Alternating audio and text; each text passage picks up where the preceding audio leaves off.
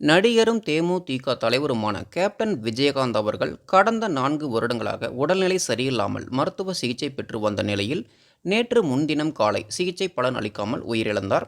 Captain அவர்களின் உடல் பொதுமக்களின் பார்வைக்காக சென்னை தீவுத்திடலில் வைக்கப்பட்டு அதன் பிறகு நேற்று மாலை 4:45 மணி அளவில் தேமுதிக அலுவலகத்தின் முன்பு அவர் உடல் நல்லடக்கம் செய்யப்பட்டது. கேப்டன் அவர்களின் மறைவு செய்தி கேட்டு திரைப்பிரபலங்கள் மற்றும் அரசியல் தலைவர்கள் பலரும் நேரில் வந்து அவரது உடலுக்கு அஞ்சலி செலுத்தினார்கள். இந்த நிலையில் விஜயகாந்த் அவர்கள் உடல்நிலை சரியில்லாமல் இருந்தபோது தளபதி விஜய் அவர்கள் இந்த 4 வருடத்தில் ஒரு முறை கூட சென்று பார்க்கவில்லை என்பது குறிப்பிடத்தக்கது. இப்படி இருக்கும் பட்சத்தில் கேப்டன் அவர்களின் இறுதி நிகழ்ச்சியிலாவது கலந்து கொள்வாரா என்று அனைவரும் எதிர்பார்த்த நிலையில் நேற்று கேப்டன் அவர்களின் உடலுக்கு அஞ்சலி செலுத்த விஜய் அவர்கள் வருகை தந்திருந்தார். அப்போது கூட்டத்தில் சிலர் அவர் மீது கைகளால் தாக்கியும் செருப்பை வீசியும் எதிர்ப்பை தெரிவித்தனர். இதை எதையும் பெரிதாக எடுத்துக்கொள்ளாத விஜய் அவர்கள் அமைதியாக காரில் ஏறி சென்று விட்டார். தளபதி விஜய் அவர்கள் இதுவரை ஒரு முறை கூட பொதுவெளியில் கேப்டன் அவர்களை பற்றி தாக்கி பேசியது கிடையாது. மேலும் அவர் கேப்டன் விஜயகாந்த் மீது தனி அன்பும் மரியாதையும் வைத்திருந்தார் என்பதே உண்மை. அப்படி இருக்கும்போது இந்த 4 வருடங்களில் ஏன் வந்து பார்க்கவில்லை என்று பலரும் கேள்வி எழுப்புகின்றனர். அதற்கு தனிப்பட்ட காரணம் ஏதாவது இருந்திருக்கலாம்.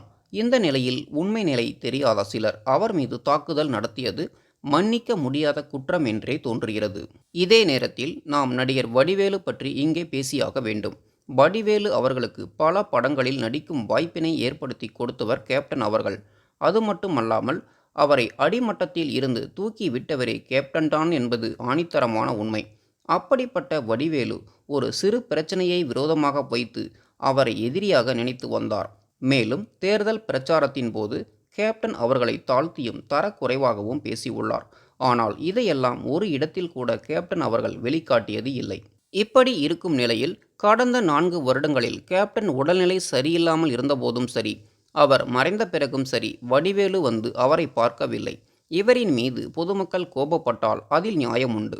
ஆனால் எனது அண்ணன் விஜயகாந்த், அவரின் தம்பி நான் என்று அன்போடு பேசிய விஜய் அவர்களை தாக்கியது எந்த விதத்தில் நியாயமாகும் என்று பலரும் தங்கள் கருத்துக்களை தளபதி விஜய் அவர்களுக்கு ஆதரவாக பதிவிட்டு வருகின்றனர். கேப்டன் அவர்களை விரோதியாக நினைத்திருந்தால் விஜய் அவர்கள் அஞ்சலி செலுத்த வரவேண்டிய அவசியம் இல்லை. இதை அனைவரும் புரிந்து கொள்ள வேண்டும்.